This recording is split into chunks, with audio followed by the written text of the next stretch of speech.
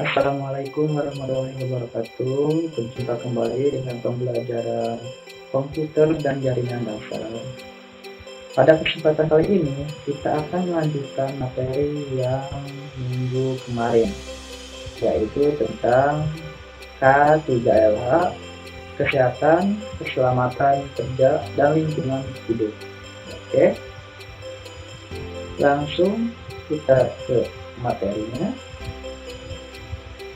Oke,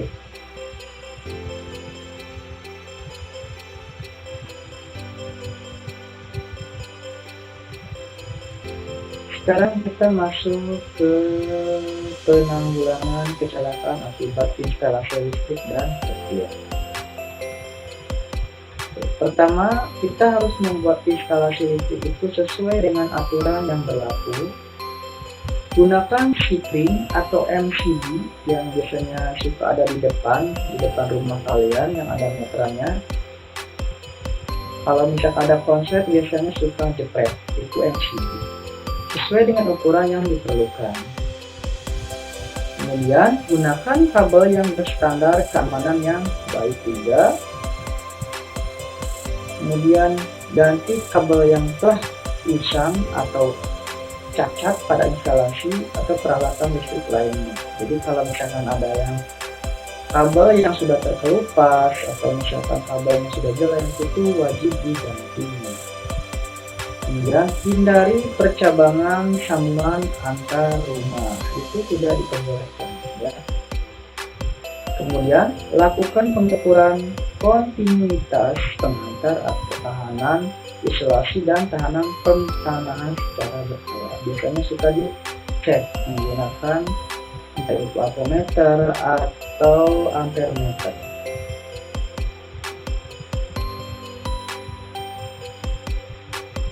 Oke, ini ada sebuah video, kita saksikan bersama.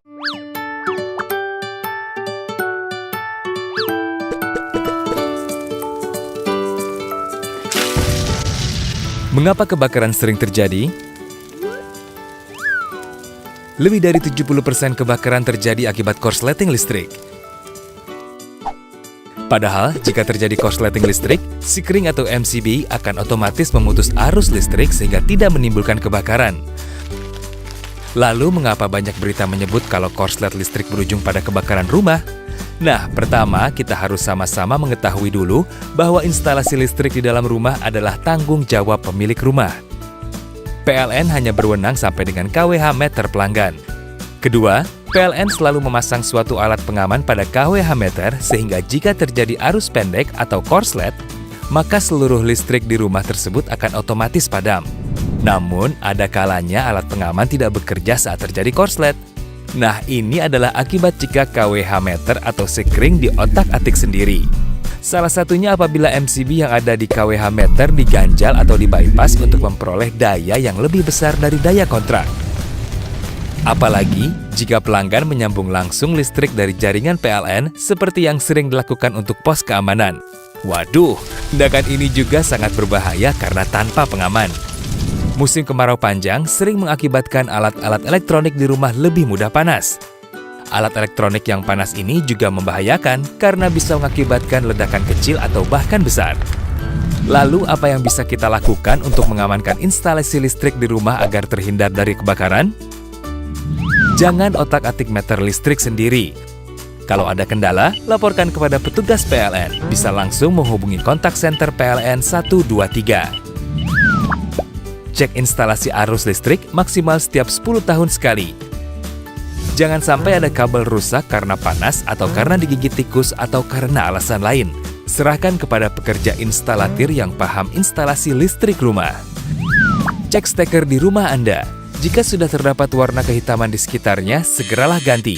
Jangan menumpuk steker secara berlebihan karena akan menimbulkan panas berlebihan dan berpotensi menimbulkan kebakaran. Gunakan peralatan listrik yang berkualitas. Jangan terkecoh harga yang murah padahal kualitasnya rendah. Jangan dekatkan peralatan listrik dengan benda-benda mudah terbakar seperti gas, gorden, atau kertas. Jangan biarkan kontak peralatan seperti TV, setrika, atau charger handphone menetap pada stop kontak pada waktu lama. dan hindari menggunakan tusuk kontak terlalu longgar.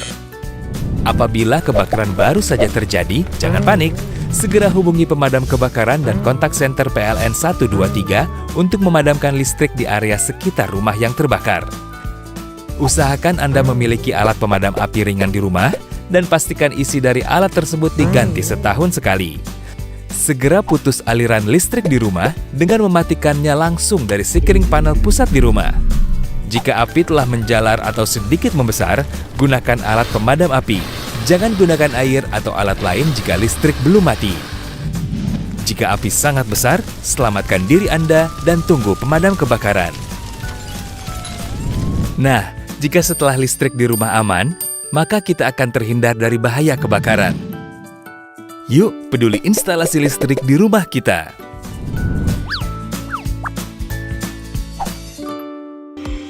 Oke, itu tadi pemaparan dari video tentang bahaya instalasi listrik yang tidak sesuai dengan prosedur. Oke, kita lanjut. Nah, kemudian ini ada penanganan kecelakaan di dalam lift. Ya. Biasanya, pasang rambu-rambu dan petunjuk yang dibaca oleh pengguna jika terjadi keadaan darurat. Oke, kita harus pasang rambu-rambu petunjuk yang sudah dibaca, ya, sehingga terjadi kalau misalkan terjadi keadaan darurat. Kemudian jangan memberi muatan lift melebihi kapasitasnya. Biasanya suka ada di lift itu maksimal kapasitasnya itu suka tercantum. Jangan melebihi. Kemudian jangan membawa sumber api terbuka di dalam lift. Kemudian jangan merokok dan membuang puntung rokok di dalam lift. Kemudian jika terjadi pemutusan aliran listrik, lift akan berhenti di lantai terdekat dan pintu lift segera terbuka setelah berhenti. Ya, jadi langsung segera keluar. Maksudnya jangan membawa sumber api terbuka di dalam lift itu. Jadi kita tidak boleh membawa semacam korek api atau misalkan zat-zat yang mudah terbakar seperti bensin dan sebagainya, atau mungkin gas LPG itu juga nggak boleh. Nah, itu tadi ya. Kemudian apa sih penanggulangan jika terjadi kecelakaan terhadap zat berbahaya? Oke, kita jelaskan terlebih dahulu apa itu zat berbahaya. Oke, zat berbahaya yaitu bahan yang selama pembuatannya itu atau pengolahan, baik itu pengangkutan, penyimpanan, dan penggunaannya itu bisa menimbulkan iritasi. Iritasi itu semacam luka ya nantinya. Kemudian kebakaran, ledakan, korosi atau bahasa keren itu karat ya. Kalau kena besi itu bisa karatan. Mati lemas, keracunan, dan bahaya lainnya sehingga mengganggu kesehatan orang yang bersangkutan ya. Itu yang disebut dengan bahan berbahaya. Oke, jenis bahan berbahaya pertama itu bahan-bahan eksplosif atau bisa meledak ya. Kemudian yang mengoksidasi, yang merusak besi biasanya. Kemudian yang mudah terbakar, kemudian yang beracun, korosif, bahan-bahan radioaktif, dan sebagainya. Ya. Jadi bahan-bahan seperti eksplosif itu seperti mesiu itu yang bisa meledak, ya. Kemudian mengoksidasi itu yang merusak zat asam kayak semacam itu. Kemudian yang mudah terbakar seperti bensin. Kemudian bahan-bahan beracun seperti bahan-bahan kimia, korosif seperti asam birama, kemudian radioaktif itu yang radiasinya tinggi seperti nuklir dan lain sebagainya. Itu berbahaya. Oke, kemudian apa sih tindakan pencegahannya? Pertama, pasang label dan tanda peringatan kalau misalkan barang atau bahan tersebut itu berbahaya. Kemudian pengolahan, pengangkutan, dan penyimpanannya itu harus sesuai dengan ketentuan. Jadi kalau misalkan bensin itu disimpannya jangan di ruang tamu ya, tapi di pom bensin gitu ya. Atau misalkan suka ada yang rumah-rumah itu menyimpan atau menjual belikan bensin itu sebenarnya dilarang ya. Selanjutnya, simpan bahan tersebut di tempat yang memenuhi syarat keamanan. Jadi simpan bahan tersebut di tempat yang aman. Oke. Kemudian pendekatan keselamatan lain, pertama ada perencanaan, ketertanggaan yang baik dan teratur, menempatkan barang-barang di tempat yang semestinya, menjaga kebersihan lingkungan, kita pakaian kerja, dan peralatan perlindungan diri. Nah, ini bentuk warna untuk simbol keselamatan.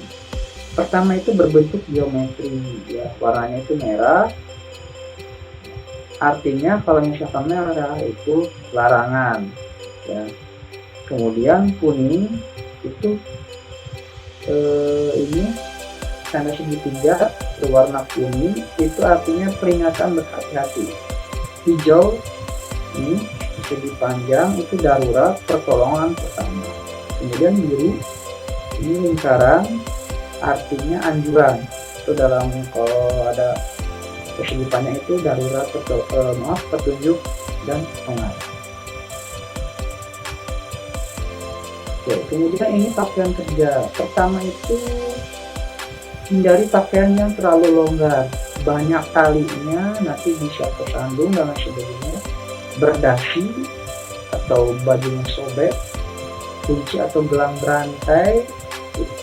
Kalau misalkan kita pakai pada mesin-mesin yang bergerak itu sangat berbahaya. Jadi nanti rantai atau kain yang terlalu longgar itu bisa termakan atau masuk ke dalam mesin-mesin yang bergerak, contohnya mesin bubut dan lain sebagainya.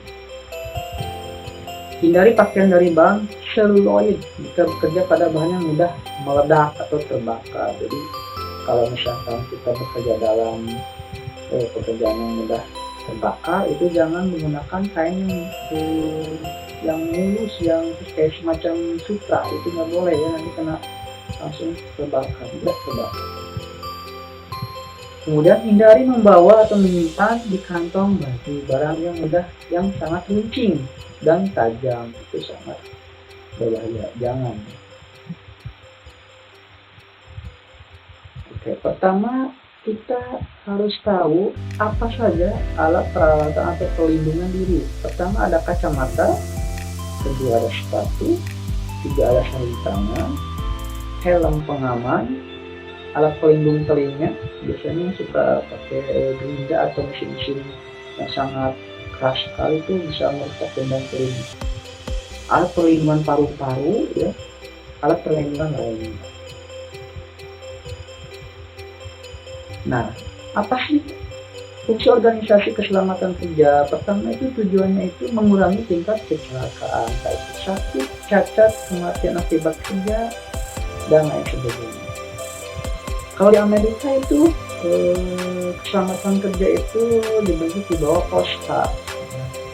Kalau di Indonesia itu di bawah Direktorat Pembinaan Norma Keselamatan dan Kesehatan.